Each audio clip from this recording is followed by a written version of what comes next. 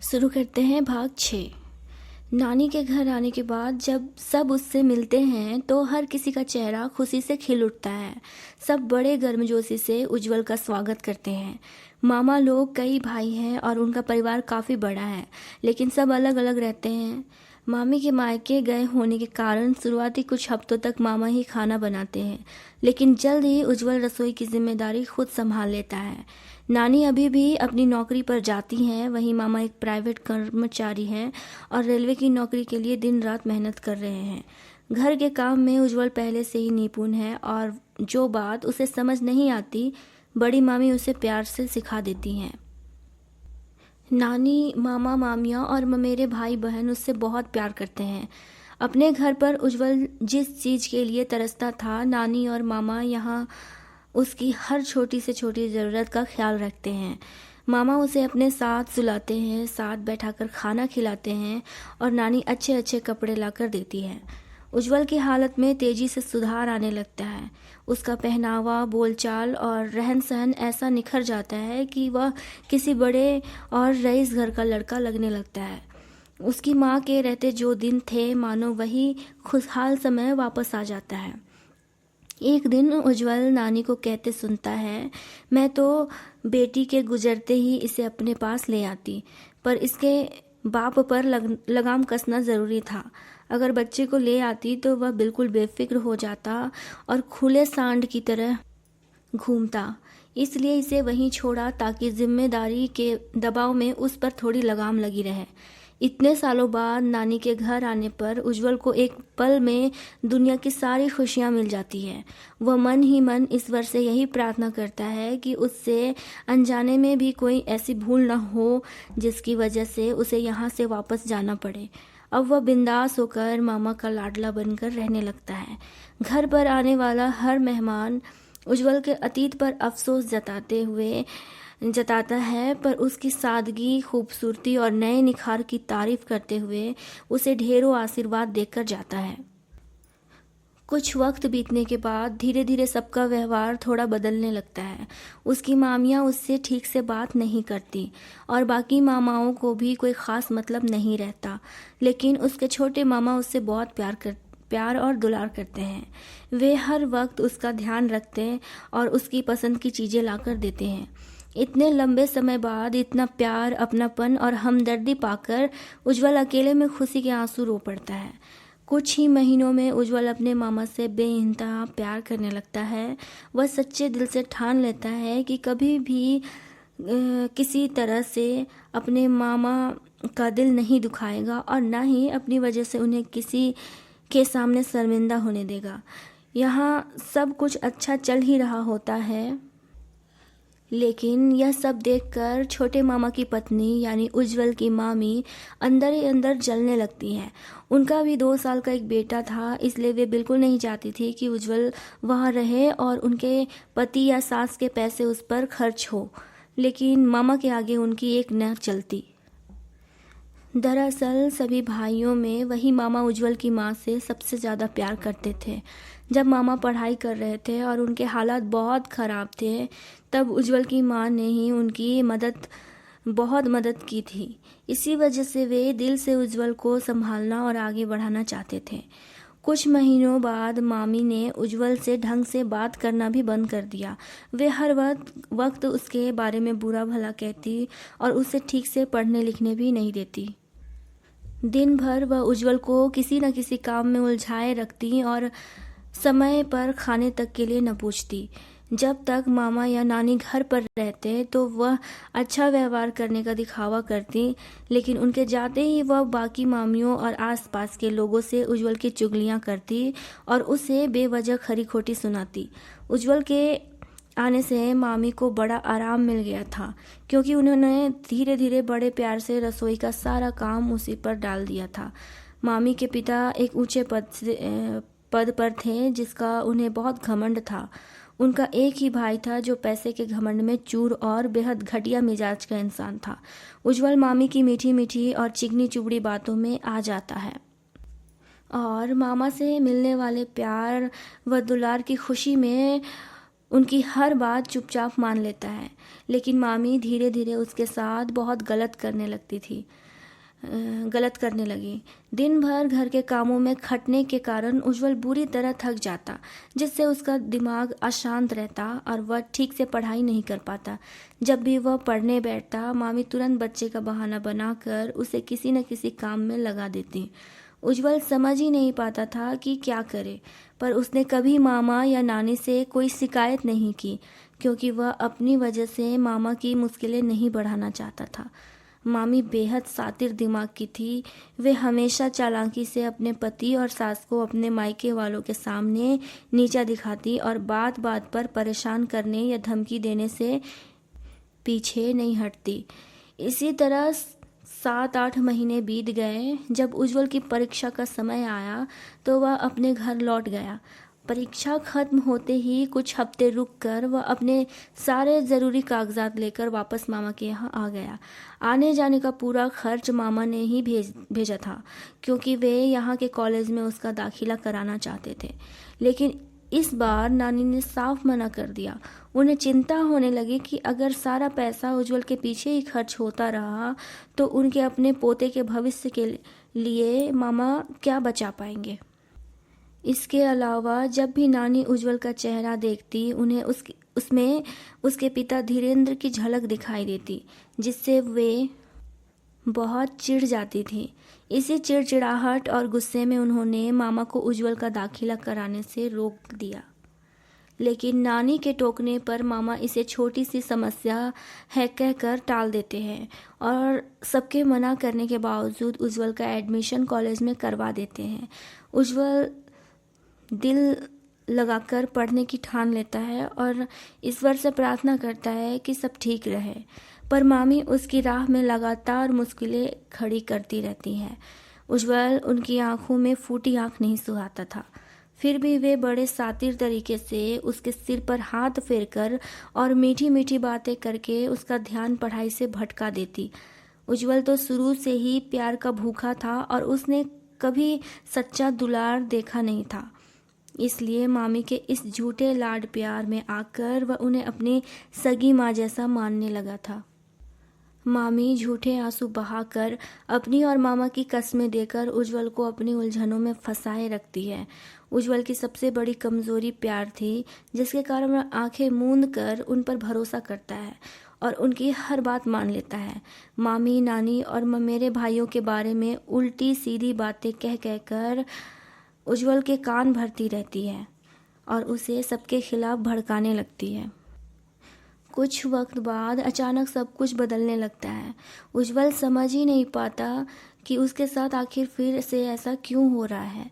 मामी उसे बिल्कुल उसी तरह बदनाम और बेकार बनाने लगती है जैसे वह पहले हुआ करता था।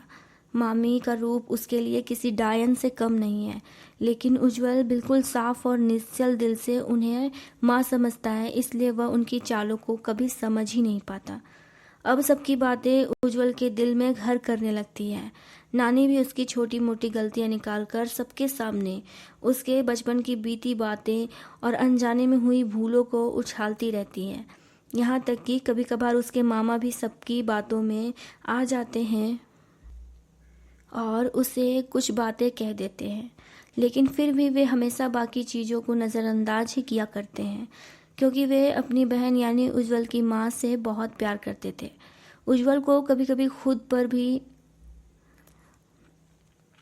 बोझ होने का एहसास होने लगता है, पर वह दिल से जानता है कि मामा उससे बहुत प्यार करते हैं, तभी तो इन कठिन समय में उसे संभाल कर यहाँ लाए हैं। इसलिए उज्जवल बाकी सब की बातों को नज़रअंदाज कर देता है और मामा की किसी भी बात को कभी दिल से नहीं लगाता। इन परिस्थितियों से थक कर वह ईश्वर को 1 महीने का वक्त देता है और ठान लेता है कि वह सब कुछ अनदेखा करके केवल पढ़ाई पर ध्यान देगा, ताकि उसका भविष्य बर्बाद ना हो। नानी का कड़क स्वभाव और बुरा बर्ताव भले ही सबको दिखता है, पर उज्जवल जानता है कि नानी का हृदय अंदर से कोमल है।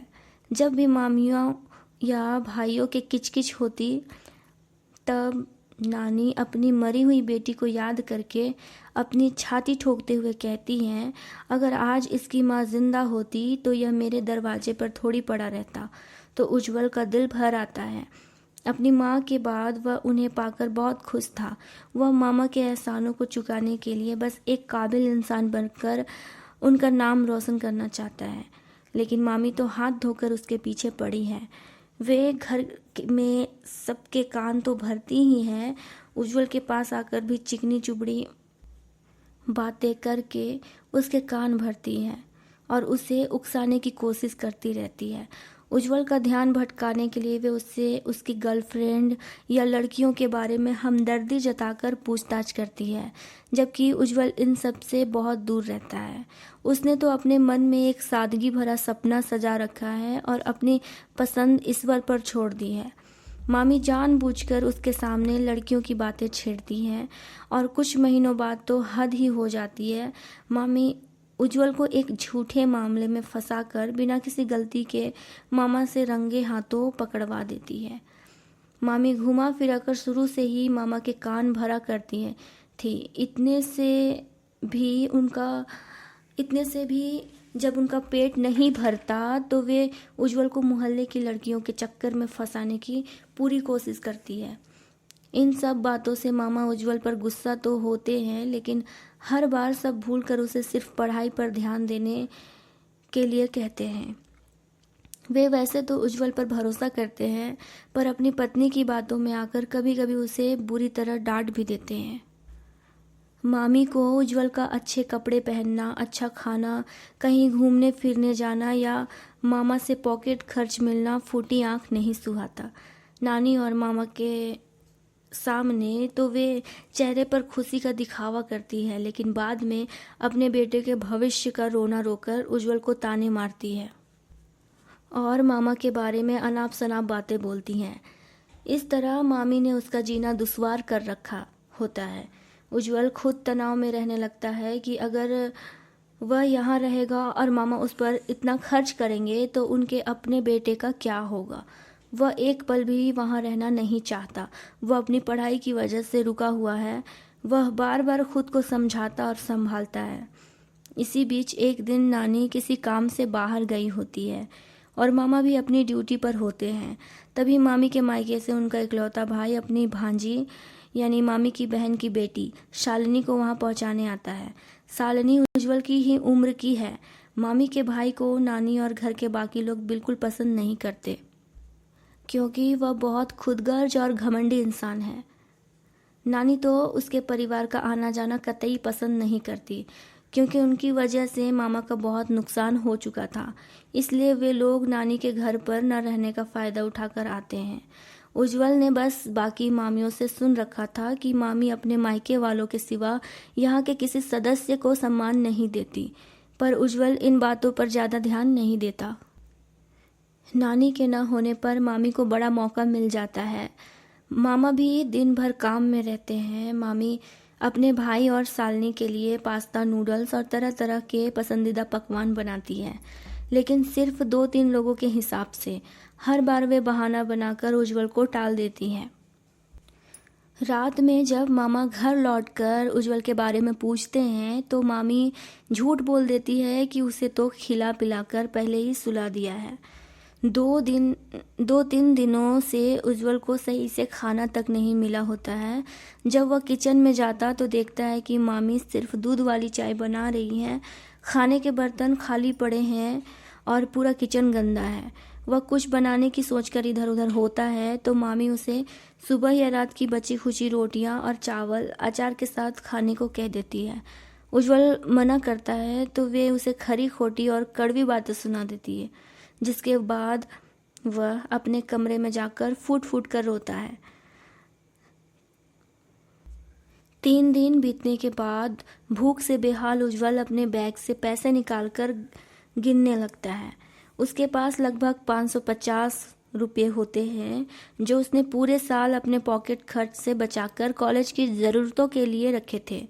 पर लगातार भूखा रहने के कारण वह मजबूरी में उन पैसों से बाहर जाकर कुछ खाने का फैसला करता है। वो सोच ही रहा होता है, तभी उसकी मामी वहाँ आ जाती है और उसके हाथ में पैसे देख लेती है।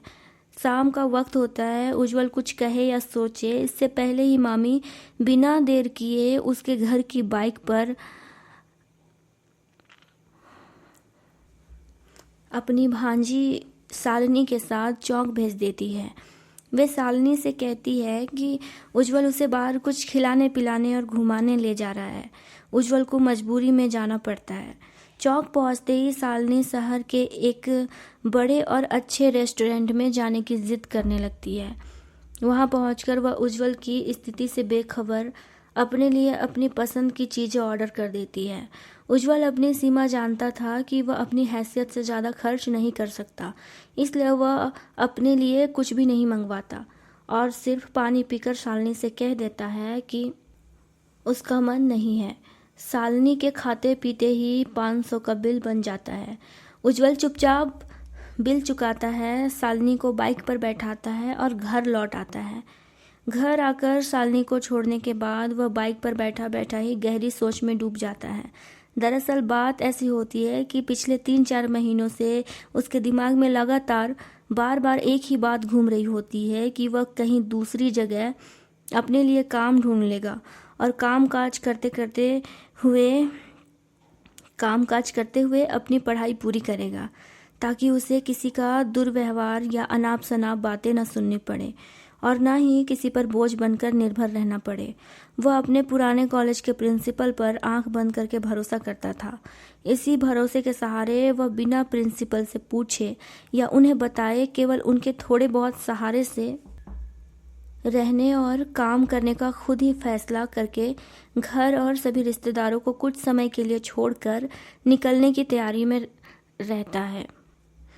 वह मन ही मन यह सब सोच रहा होता है।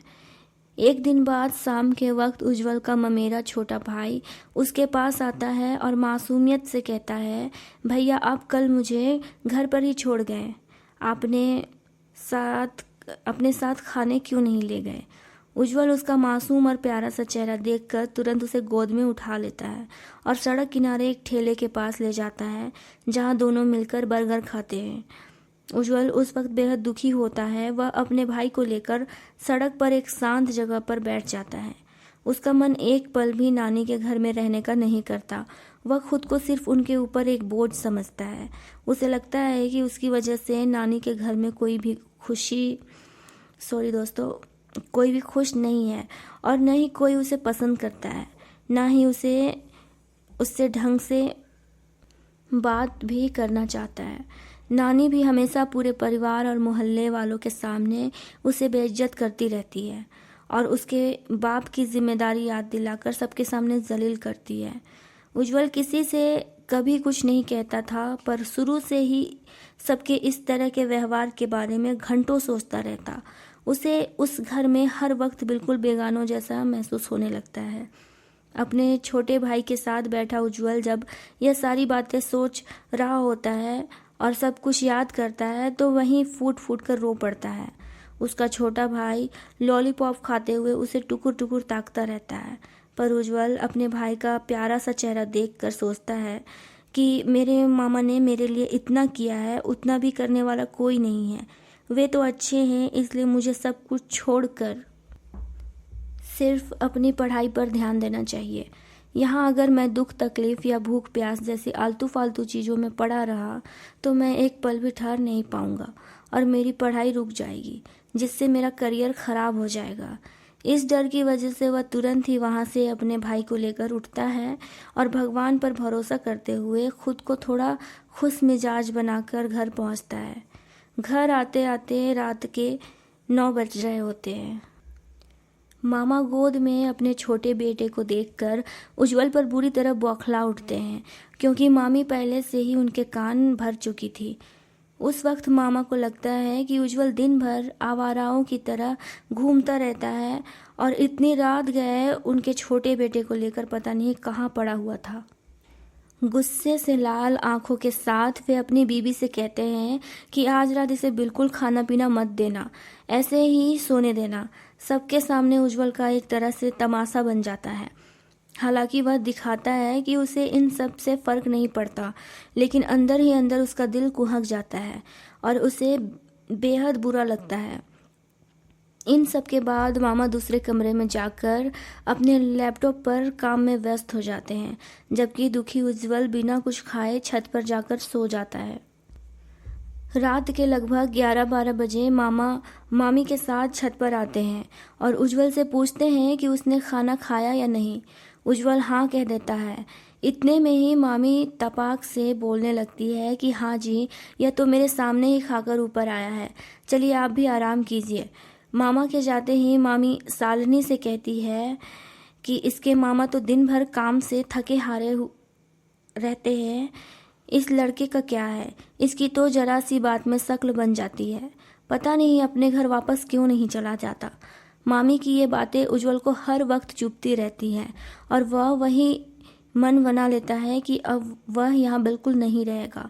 वह सोचता भी है कि अगर वह गलत है और उसमें अच्छे बुरे की समझ नहीं है तो उसे कोई प्यार से सही राह क्यों नहीं दिखाता।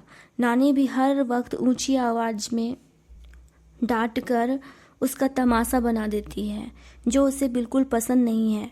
इसलिए अब उसने ठान लिया है कि वह यहाँ एक पल भी नहीं रुकेगा। उज्जवल चाहे कितना भी गुस्सैल क्यों ना हो, लेकिन वह पूरी रात उस बात को ठंडे दिमाग से सोचता रहा। पता नहीं क्यों, पर उसके दिमाग में यह बात गहराई से बैठ गई थी और वह खुद को सभी पर एक बोझ जैसा महसूस करने लगा था। वह कतई नहीं चाहता था कि उसकी वजह से कोई परेशान हो या उसके कारण घर में किसी तरह की लड़ाइयाँ हो। ऐसा वह 50 बार सोच समझ कर भीतर से खुद को मजबूत कर चुका था, लेकिन इस बार जब बात हद से बढ़ी तो उसके सब्र का बांध टूट गया। उसने मन ही मन यह पक्का फैसला कर लिया कि अब वह अपनी मर्जी और पूरे आत्मसम्मान के साथ जिएगा। यही ठानकर वह उसी रात चुपचाप अपने मामा का घर छोड़कर निकल गया। तो चलते हैं दोस्तों इसके अगले भाग पर।